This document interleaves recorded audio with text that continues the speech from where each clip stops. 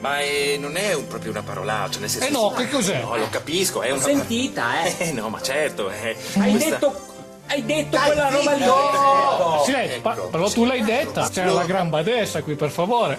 Io che figura ci faccio? Mi rendo conto, ma lo dico e lo rivendico. La gente si chiude in casa, non viene in parrocchia, questo è sbagliato. Accende la TV, sta lì e noi dobbiamo fare colpo anche sui giovani. Questo è vero. Bisogna parlare il linguaggio dei giovani. Bisogna parlare il linguaggio dei giovani.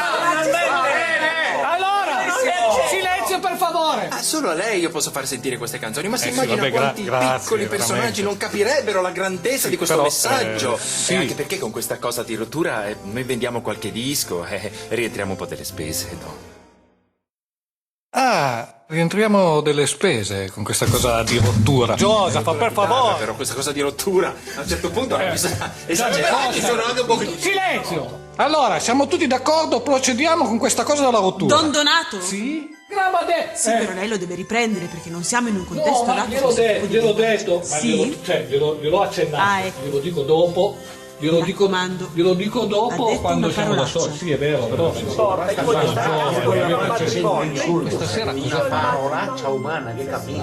Prega. Vuoi il numero del violoncellista? No, non è... Lui vuole il numero da ciò da scuola, mi sa.